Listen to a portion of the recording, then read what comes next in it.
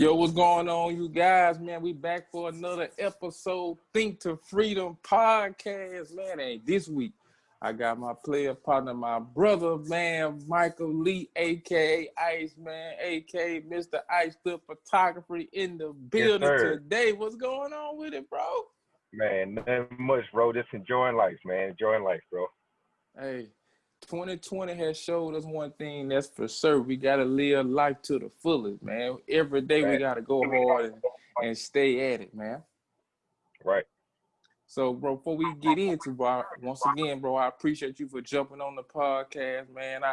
I really had to jump out and reach out to you because, man, we all grew up the same, bro. You inspire me each and every day, and I know you inspire other people, man. To come from a small city and to build something to where on the scale of you have built your business or where you have it out today, bro. I commend you. I salute you, bro, a thousand Appreciate times, man. You know what I'm saying? Because I believe in giving people they flower while they can smell them. Now when they it. gone, Right.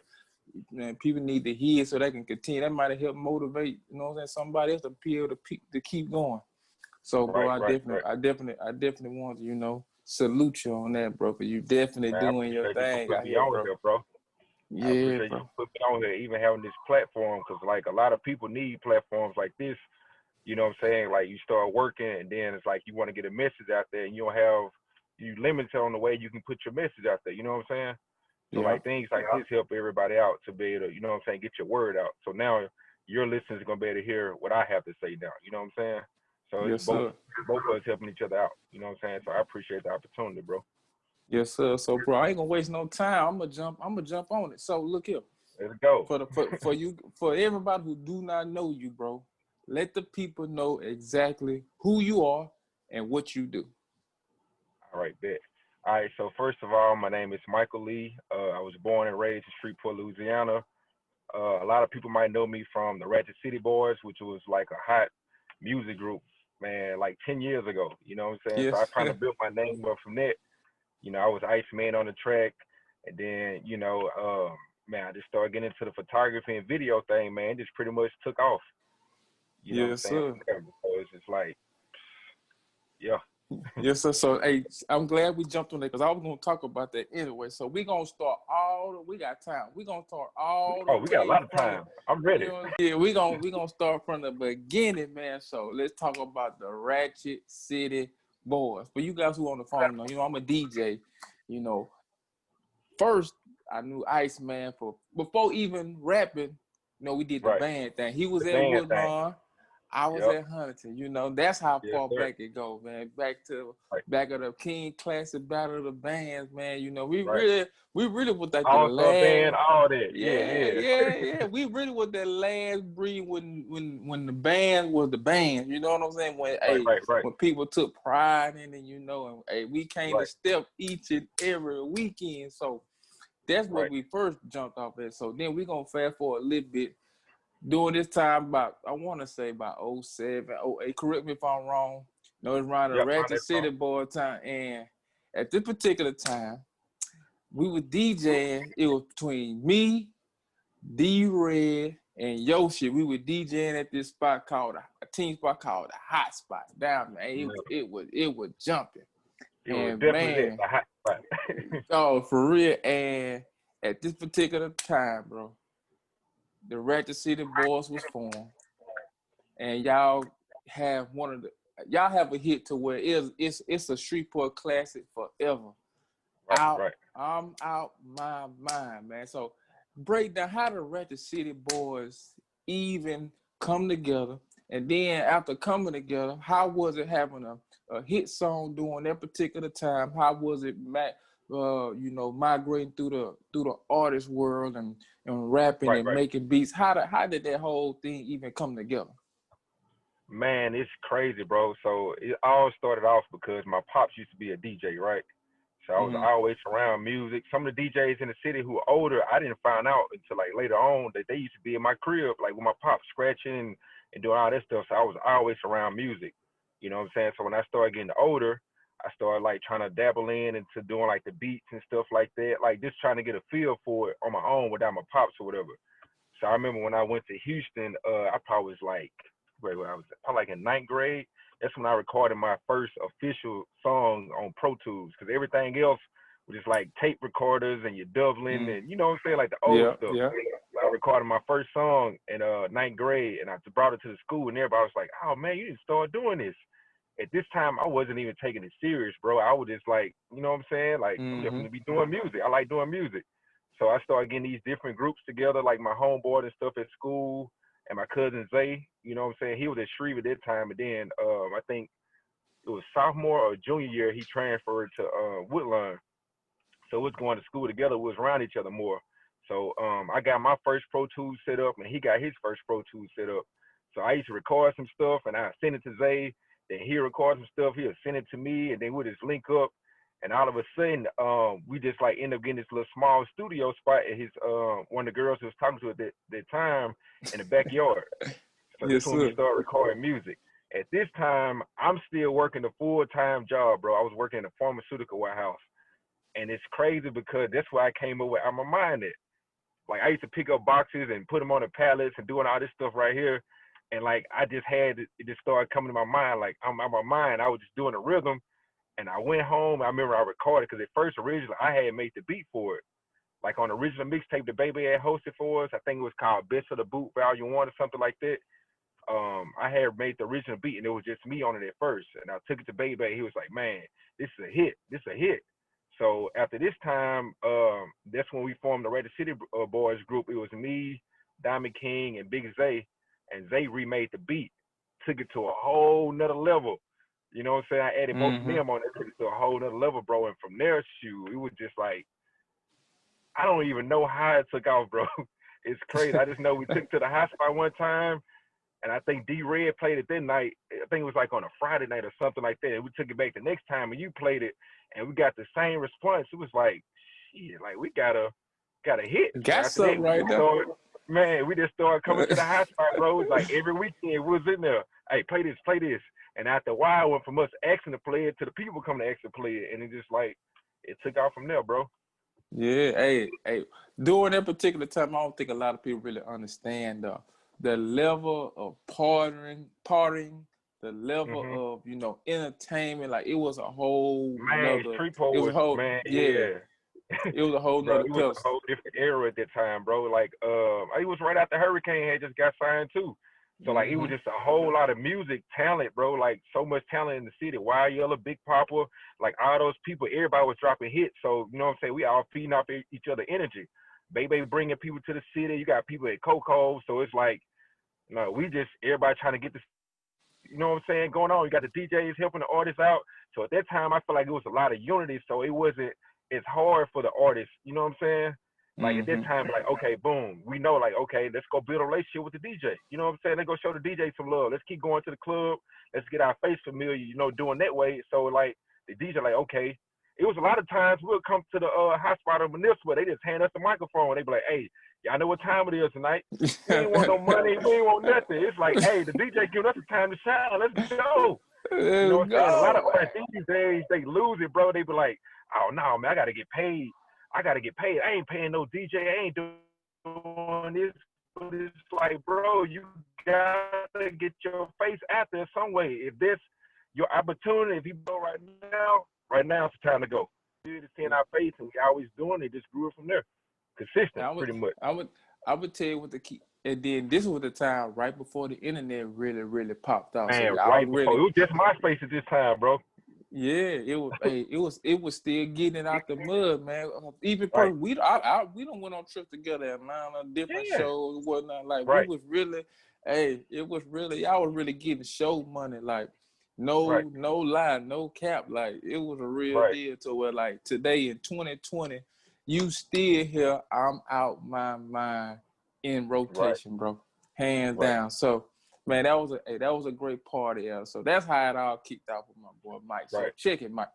Now, how did the transition go from being a rapper, artist, to where you transition to where now you picking up the camera and starting taking pictures and doing video? How did that transition even come about from being at the top level of doing rapping to where now you finna take on a whole nother avenue?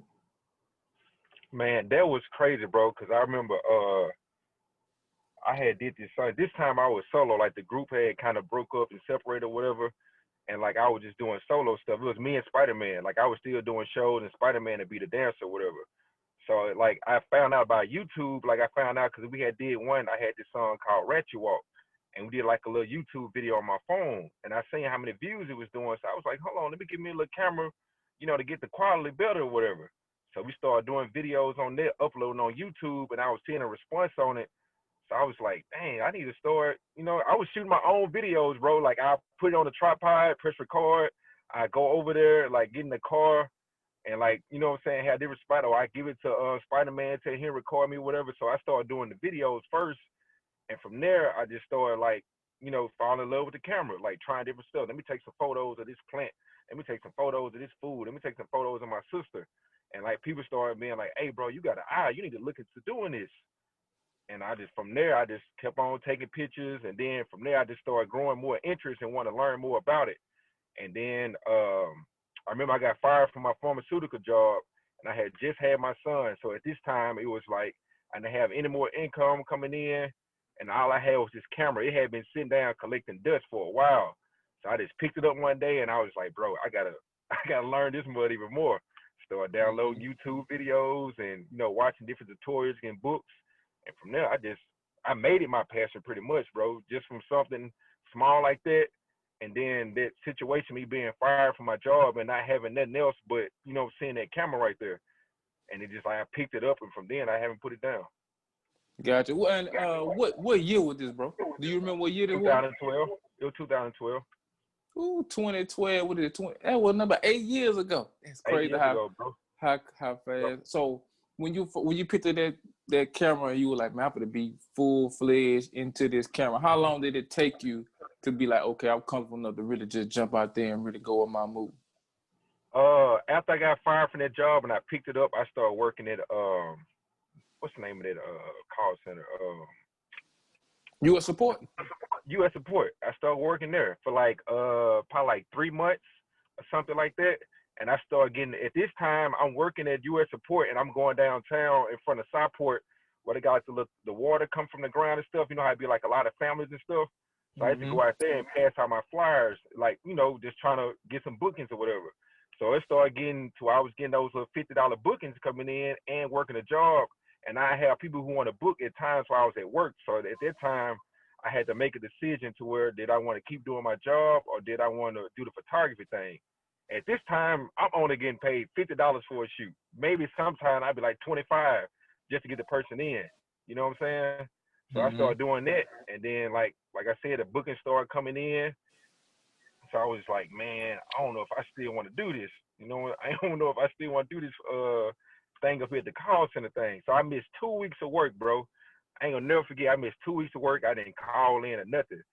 And I went in and I was like, man, you know what? I'm just gonna quit today.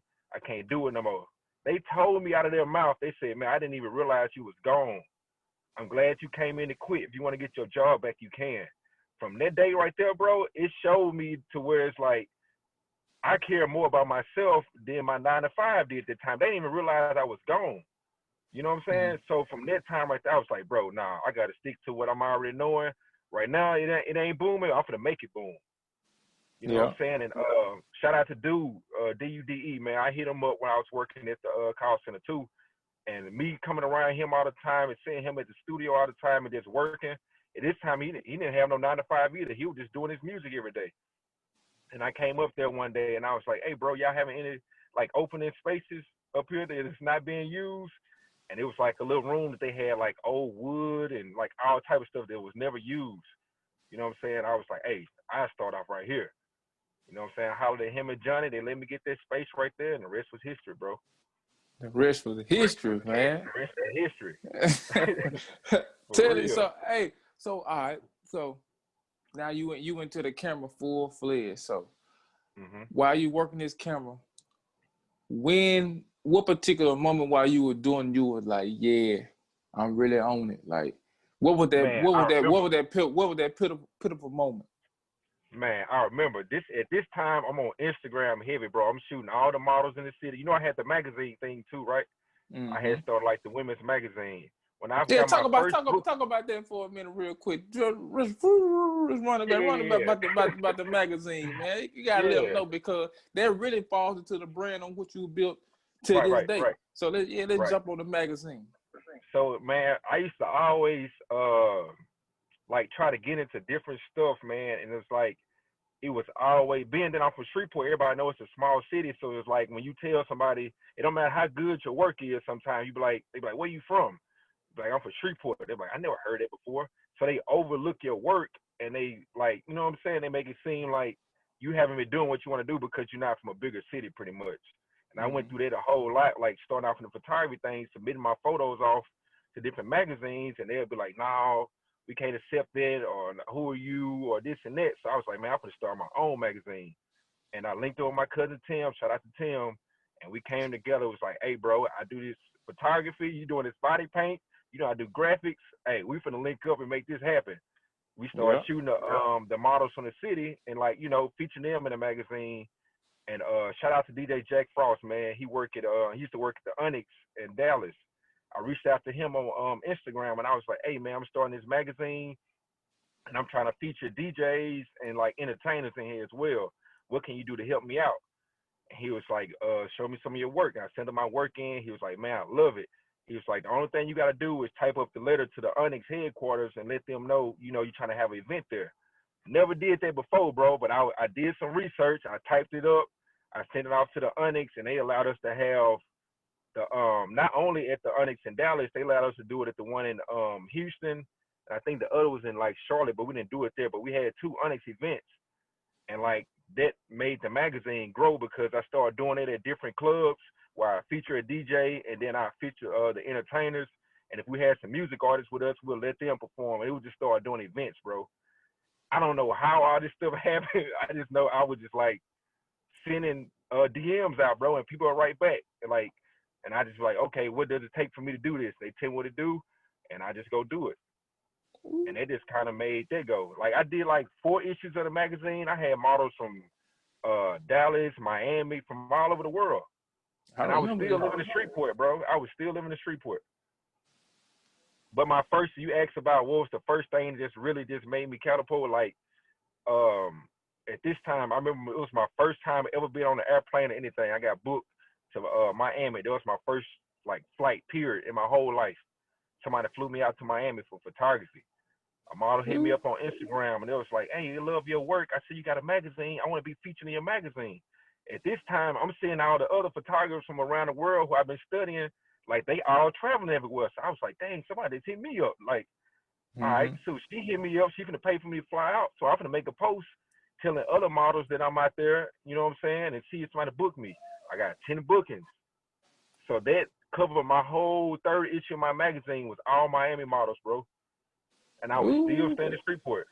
All from one person found me on Instagram. Gotcha. So let me show like, when you did, so basically this magazine was all digital? Or no, I had print and digital. Copy too. I had print and digital. I was getting printed out at the dude named Greg. I can't remember the name of his spot. To my Shreveport or Bossier? Yeah, Shreveport. Yeah, he was printing out. The same people who was printing out not Dream magazine. That boy G, man. Yeah, the same people was printing out his stuff. It was printing out mine. So gotcha. Like, yep. That's fly, bro. So so let's take it then. So it's, for what I already know, you built a strong social media following. For entrepreneurs, for anyone who want to do anything digitally, how were you able to grow your Instagram the way you've grown it, and your social media presence all the way across the board? How was you able to build that up? Man, like they say, cuz it goes down in the DM. I'm constantly hitting, even up to this day, bro. Even though I built my stuff up, I'm constantly hitting people up. Like, hey, you know what I'm saying? I always look at myself to be, you know, like I'm just starting out, bro, because I feel like in life, you always going to another level. You know what I'm saying? So if you start looking at yourself too big, then like you'll miss the next level because you know what I'm saying? So like I approach people like I'm, you know what I'm saying? Like, hey, this is what I do. This is my work right here. If you ever need these services, boom. They might be like, oh, I don't need photography, but my cousin was looking for somebody. Now, boom, they just send me to a whole other person. Or if it's like a celebrity, somebody I'm trying to reach out to, I'm sitting out a DM like, hey, I just seen you do this, boom, boom, boom. If you ever need help with this right here, it's like you always got to offer value. And a lot of people, when they hit people up, it's always like, what can you do for me? You know what I'm saying? Or I need you for this, I need you for that. But it's like that person has the leverage. I don't care if it's a person with 2 followers or 2 million. That person has the leverage because you're writing them and you never know who they might know. So you gotta, you Okay. know what I'm saying? Like you gotta That's approach a everybody in their way. that's a major key, man. That's a major gem you just gave. You Right, must give value. If you hitting somebody, if you hitting Iceman up, you want to do something with Iceman, you gotta bring him some type of value. It's not even being an right, arrogant type of thing. You just really right, you gotta bring some type of value because you need that particular person. So that's a right. man. Hey, Gotta be bro. able to That's a humble major. yourself, bro, at the end of the day. Cause like it's always a big dog out there in every industry. You know what I'm saying? Mm-hmm. So it's like, it's so many other people they can go to. So like approaching that person on some like, yeah, man, I need you to do this, and then they don't reply back to you, and you over here posting stuff about, oh man, forget them, they don't do this and that. It's like, no, they probably was busy. You know what I'm saying? Or it's just like right now might not be that time. Anything you ask God for, bro, He gonna send it to you. You just gotta be able to like acknowledge, like, okay, I asked for this, now I'm gonna wait till it come. It might be 5 years from now. Cause dude to tell you, like a lot of celebrities who I shot, bro, I told him out my mouth, I'd be like, hey, I'm gonna shoot this person right here. It wasn't that year, it wasn't next year, it probably was 2, 3 years from now. But then all of a sudden they hit me up. Hey, I want to shoot with you. You know There what I'm you saying? go. But I manifested by verbally saying that I'm gonna do that. And then God had the rest of it, bro. So it's just like that's how you gotta do it. Yeah, hey, bro, that's a major gem that you dropping on this podcast right now, man. Hey, so check it. So for all the young brothers, especially coming from a small city like Shreveport, Louisiana, Right. any tips, any advice you want to give any young hustler that's coming up right now? What would you tell him to where they'll be able to get it out the mud and be able to blossom in life?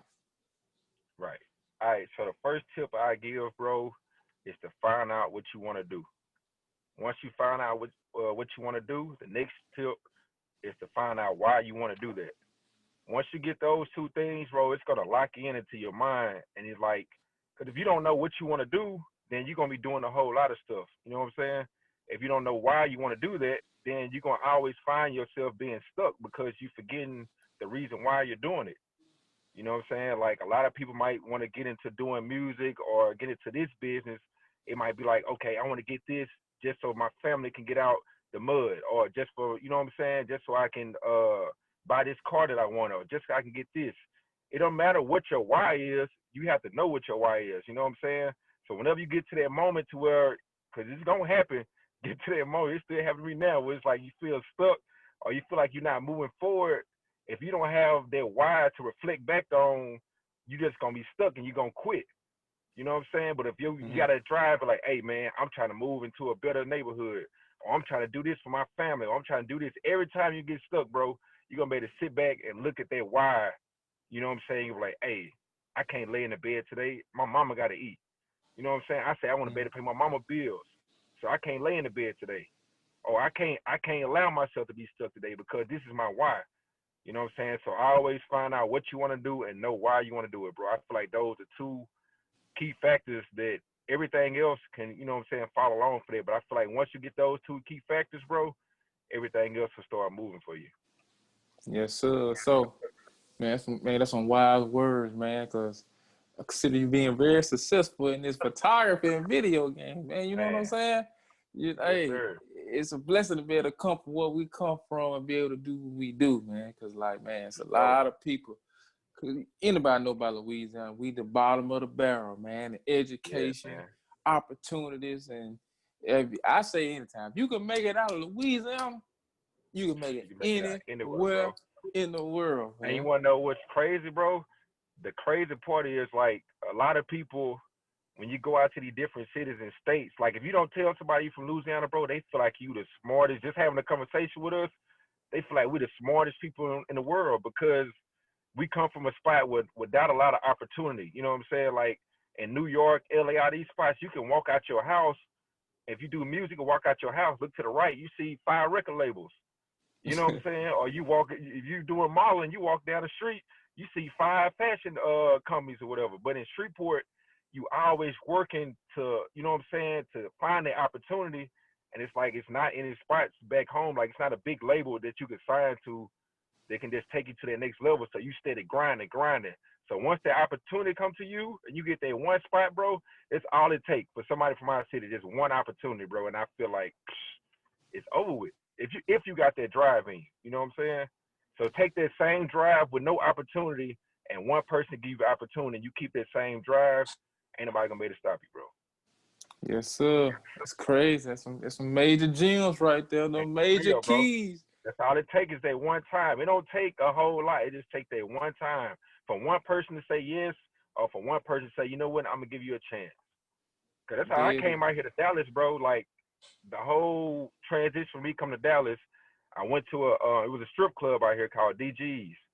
You know what I'm saying? And I went. I don't know if I need to be saying this on the podcast. Well, it's over with now. Yeah. But I went to the strip club.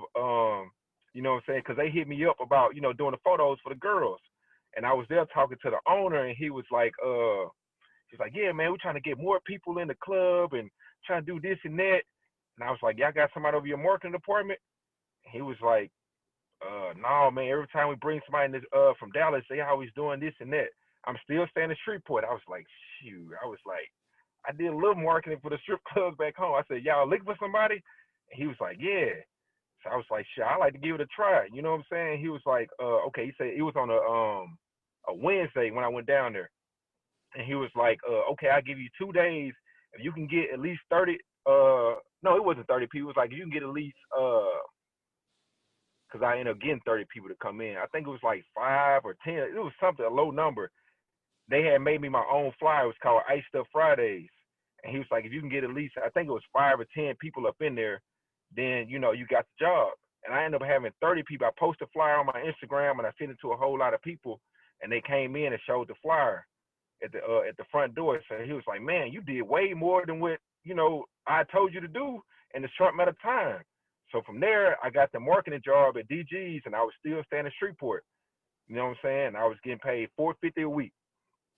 And he was like, hey, bro, he was like, you making the club numbers go up, you doing this and that. How much would it take for you to come out here to Dallas?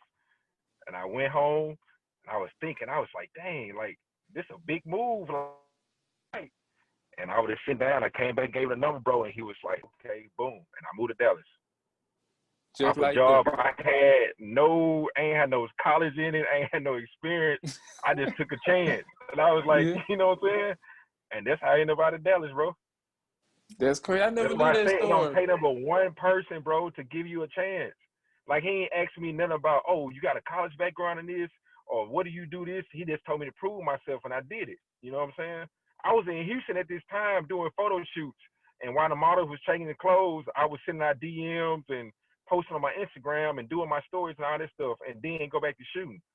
So I really ain't had that much time. I was out of town. I was like, man, shit, if this shit work, it work. If it don't, it don't. And it ended up working. And I ended up in Dallas. So That's crazy. Crazy story, bro. Man, that's a crazy story, man. I like hearing that, man. Definitely. So let me ask you a question. So 5 to 10 years from now, I like to do,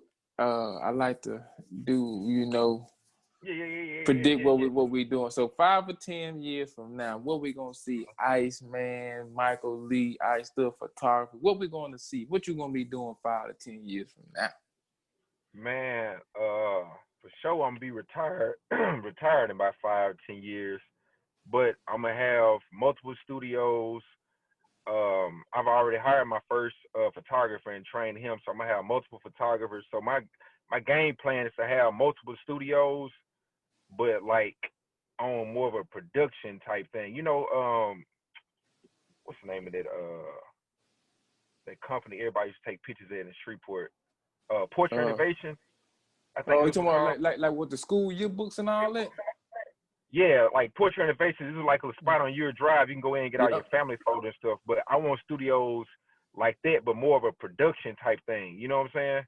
Not just Gotcha. like the quick stuff. You go in and take photos, you get them back. I want like multiple production studios. and like different Gotcha. major markets, pretty much. You know what I'm saying? So that's one of my goals for 5 to 10 years. And other than that, man, just coming up with other businesses and helping the youth out, bro, employing more people, pretty much. Gotcha. So, man, I know you got the brand new studio out there in Dallas. I seen you post on Instagram and whatnot. Let's talk about the studio real quick before we get out of here. Oh yeah. Studio nice, bro. It took me a while to even move forward on that project. Cause when I first came down here, I was working at a studio called Royal Lane Studio. Shout out to them. They welcomed me in, bro. Like as soon as I came, they was like, "Hey, bro, this your studio. Like this your studio." Cause I was bringing in so many models before I even moved to Dallas. Like it was getting to the point when I was working at the club or whatever. It was getting to the point where I was coming to Dallas every week. So like I always post my Instagram. I'm in Dallas 3 days, and I get booked up. So like they studio time would be like booked up by me. And I like at this time I was still staying in Shreveport. So it was like, hey bro, you bringing so many people in, like this your studio. Whatever you need, whatever you know what I'm saying, this yours. So I stayed there for like almost a year or two, or not like 2 years, because I'm just opening mine up this year. And I was like, man, I gotta find my own spot.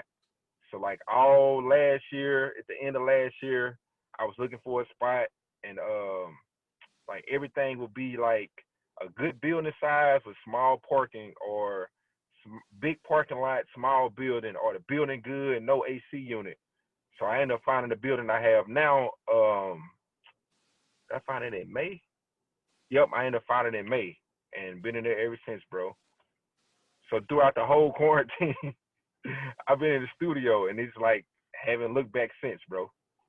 Yeah, that's wild. Wow, hey, Yeah, congratulations on that. I seen the man, setup on the appreciate it. Instagram and whatnot. I was like, ooh, I said, hey, when I come Man, it to was an empty D-Town. building at first, bro. It was empty. I went in to build everything out, and like still building now, pretty much, like getting sets and stuff in. But it was like an empty building, and now I'm actually able to just bring my vision into a building that's mine. You know what I'm saying? Understand, So understand, yep. understand. Hey, Mike, bro. I definitely appreciate you jumping on this podcast, man, and just, Yes, rapping it with sir. us, man. Before we get out, let the people know how they can find you on Instagram, all your social media handles, what you have going on. Just let the people know what you have going and how they can stay tuned in with you, bro. Gotcha. It's gonna be Ice Stuff Photography on all my social media platforms, Instagram, Facebook. I don't really use Snap and Twitter like talking about, but Instagram and Facebook, I be on there. Website, icestuffphotography.com. Email, icestuffphotography@gmail. So if you just Google Ice Stuff, you'll find some type of way to get in contact with me. So that's pretty much it, man. Like I said, I Yeah. appreciate you again too, brother. Yes, sir. I'm glad you know what I'm saying, was able to tap in with me. Hey, all my listeners, make sure you go pre-order my book, Think Your Way to Freedom, at think2freedom.com. Make sure you go grab the merch. Make sure you subscribe to the YouTube channel, Instagram, the whole nine, man. We back at it each and every Wednesday, 5 p.m. Think Your Way to Freedom podcast, man. I'm live with my boy Michael Lee, a.k.a. Iceman, a.k.a. Ice the Photographer. Hey, Yes, sir. we young black men getting to it, man. We really are trying to help, you know what I'm saying, put into the younger generation. Hey, you don't have to go to school to be able to make it in this world. You can just use your brains and your talents, and you can be able to succeed and do whatever you want to do and live life Right. to the fullest, man. Yes, sir.